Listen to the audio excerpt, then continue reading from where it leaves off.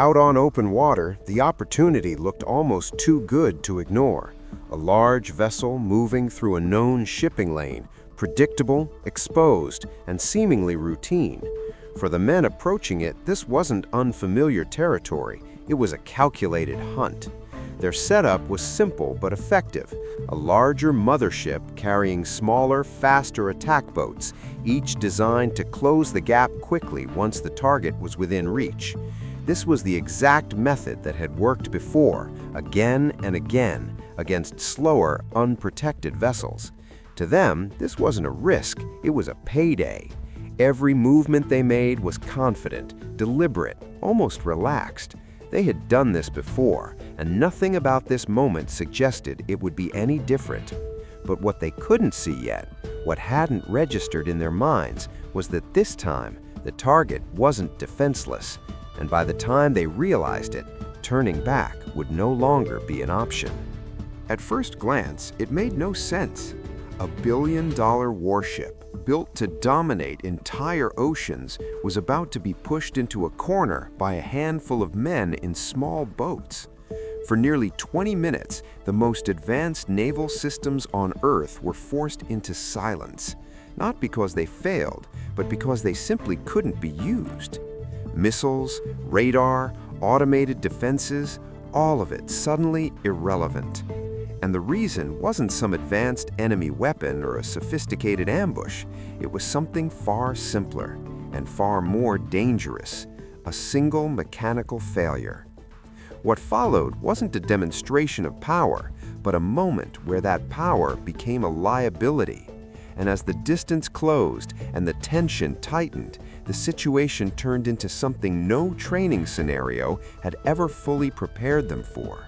Because in this narrow window of time, everything they relied on stopped working. From a distance, the ships they were approaching represented overwhelming force. These weren't cargo vessels or tankers.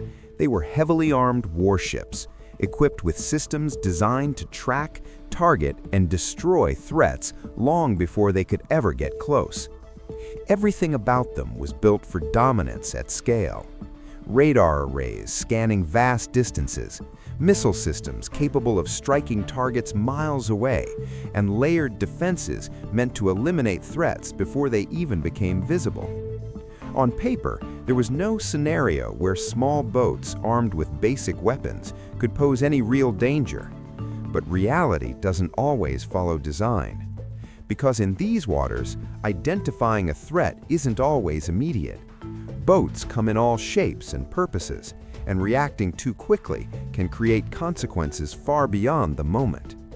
So even with all that power, the ships couldn't just open fire. They had to confirm, to verify, to follow procedures. And in that delay, in that hesitation built into the system, the situation was allowed to develop. What happened next wasn't unusual. It was routine. A small boarding team was deployed to investigate, just another standard check in a region where suspicious vessels were common. These teams handled situations like this constantly, approaching unknown contacts, asking questions, verifying intentions, and then moving on. Most of the time, it ended without incident.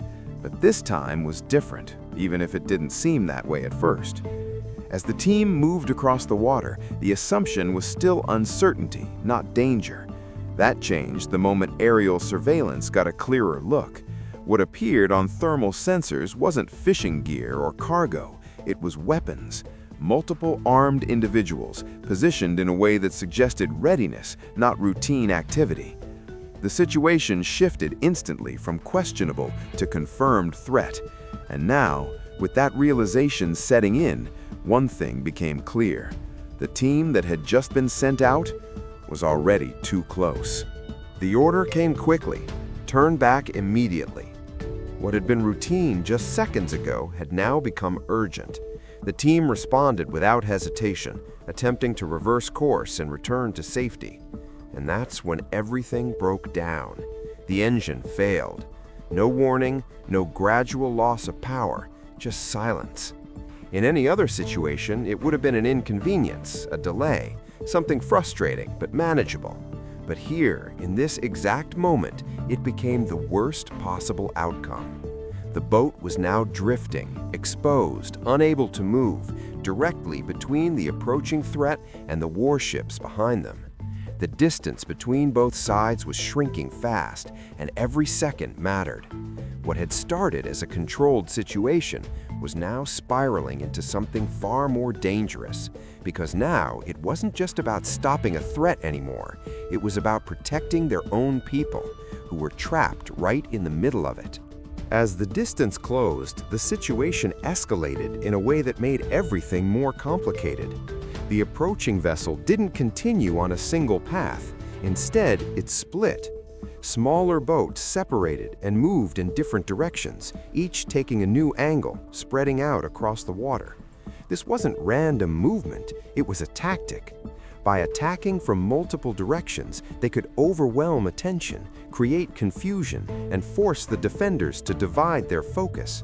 It's a method that works against large, slow-moving ships with limited visibility. But here, it created a different kind of problem. The warships could track every movement, but tracking wasn't the issue. The problem was positioning. With friendly forces stuck in the center, every angle of attack became a potential risk zone. Which should have been a straightforward engagement was now a complex, high-risk scenario. And with each passing second, the space between all parties continued to shrink, turning open water into a tight, dangerous battlefield. This was the moment where everything designed for advantage suddenly became irrelevant. The systems built to dominate at long range couldn't function in close quarters. The main guns couldn't angle low enough. The missiles required distance to activate properly. Automated defense systems were designed for fast-moving aerial threats, not small boats at point-blank range. Every major weapon on board, every piece of advanced technology was built for a different kind of fight. And now, in the exact situation they were facing, none of it applied. It was a gap in capability that rarely mattered, until it did. The reality was simple and brutal. All that remained usable were basic weapons, machine guns, rifles, direct fire, the kind of tools that relied not on automation or systems, but on individuals making decisions in real time. In that moment, the advantage shifted. Not completely, but enough to make the situation far more dangerous than it should have been. Now came the hardest part, the decision that couldn't be undone. Fire now and risk hitting their own team caught in the middle. Wait and risk giving the approaching threat the first move. There was no safe option, no perfect solution. Every choice carried consequences that could unfold in seconds. The rules allowed action based on clear danger, but interpreting that danger in real time wasn't always straightforward. The threat was obvious, but no shots had been fired yet. Acting too soon could be questioned. Acting too late could be catastrophic. And in that moment, hesitation wasn't just a delay, it was a risk in itself. The call had to be made quickly, without the luxury of time or certainty, because as the distance continued to close, the window for making that decision was disappearing, and whatever choice was made would define everything that followed. When the decision was finally made, everything happened at once. The silence broke instantly, replaced by the relentless sound of sustained fire. At that distance, precision became instinct. There was no time for calculated targeting, only reaction, movement, and control under pressure. Rounds cut across the water from multiple directions, converging on the threat while carefully avoiding the one area that couldn't be touched. And in the middle of it all, the stranded team wasn't just waiting, they became part of the fight. Outnumbered, exposed, and with no protection, they still returned fire, adding another layer to an already chaotic engagement. Then, in a split second, everything shifted again. A single shot triggered something far more destructive. Flames erupted, spreading rapidly, turning the entire situation from a firefight into something else entirely. What had been a calculated approach was now collapsing under its own momentum. In the aftermath, the reality became clear almost immediately. The threat that had seemed so confident, so controlled at the start, was now completely broken.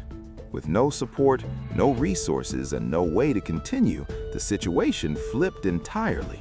The same individuals who had approached with certainty were now forced to surrender, their advantage gone in an instant. But the real story wasn't just how it ended, it was how close it came to going differently. A single failure, a small disruption in the wrong moment had nearly turned overwhelming strength into vulnerability. It's a reminder that power isn't just about what you have, but when and how you can use it.